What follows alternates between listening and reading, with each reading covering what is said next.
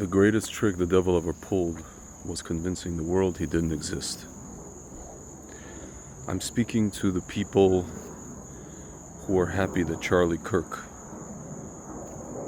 was murdered.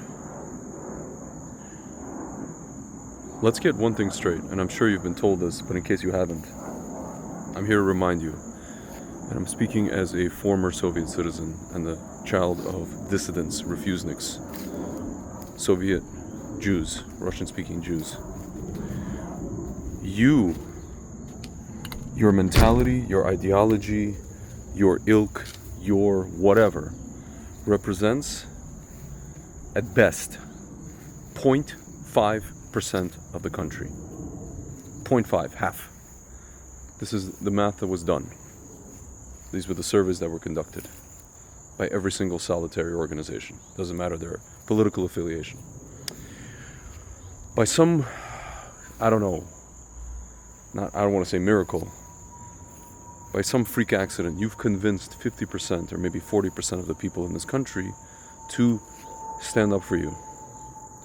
You've convinced, not that they need convincing, maybe Hollywood, the media, that you are normal, that you deserve, things. You deserve to have people call you by the pronoun that you want. You deserve to have people walk around on eggshells around you. You deserve the world. You guys ever see the movie Caddyshack? The little kid, I wanted this, I wanted that, I wanted... You'll get nothing like it. Folks, you can do whatever you want. You can be whoever you want to be.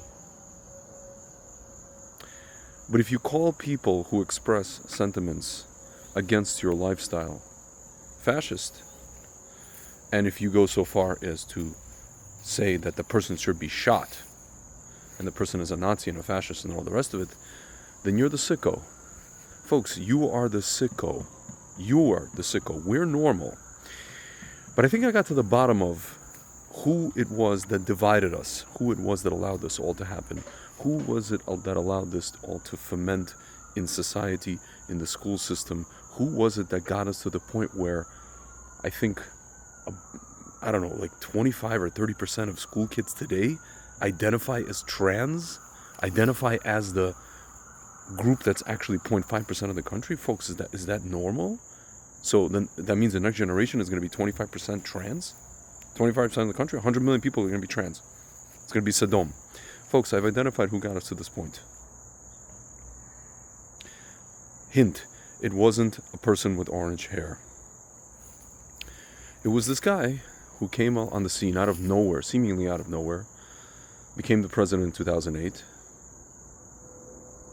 Before he got elected, when he was campaigning in April 2008, he spoke about people who cling to their God and their guns. He went to Middle America, he went to the Midwest, he went to Pennsylvania, and he spoke about people, working class people who cling to their God and their guns. And then when he became president, he started a campaign against all of that. Folks, you can go on YouTube, you can catch a speech of his from when he was in Chicago, I guess a state center or whatever he was, community organizer, just literally shitting on the Bible, literally like defecating on it. He's the one who did this, folks. Whatever we have today, he's the one who did this. He injected this into society. You understand? If you guys listen to Yuri Bezmenov, I'm speaking as a Soviet Jew, but you can listen to him. This is the demoralization that the country has gone through, to the point where the majority of the country is afraid to speak out for fear of being literally shot. We found out who shot Charlie Kirk. It was one of you. It was one of you. It's not gun violence, okay? There's good guys with guns and there's shit with guns. There's maggots with guns, okay? And that's you. You're 0.5% of the country. You don't get to say anything. You don't get to do anything.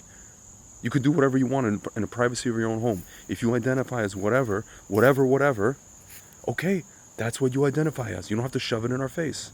You keep asking us, why do we care? Because you make us care. You won't leave us the fuck alone about it. It's your whole life. It's your whole existence.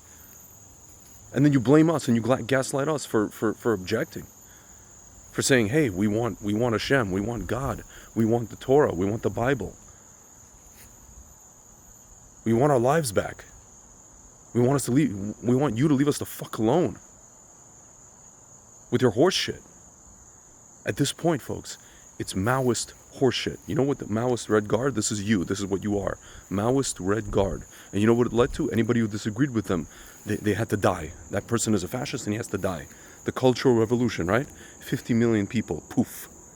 Okay, is that what you're driving towards? That's what you're driving towards. Charlie Kirk sat there for hours and hours and hours and hours listening to your bullshit. Your abject bullshit. Your freaking drivel. He had the patience, more patience than any of us. And you called him a racist, a Nazi. He didn't say anything racist. He didn't say anything Nazi. He didn't say anything fascist to you. He was trying to argue with you. He's trying to get to the bottom of what is your major malfunction? And all you had for him was like scowls and insults. He did you a favor. He did you a fucking favor. And this is how you repaid him. You maggots.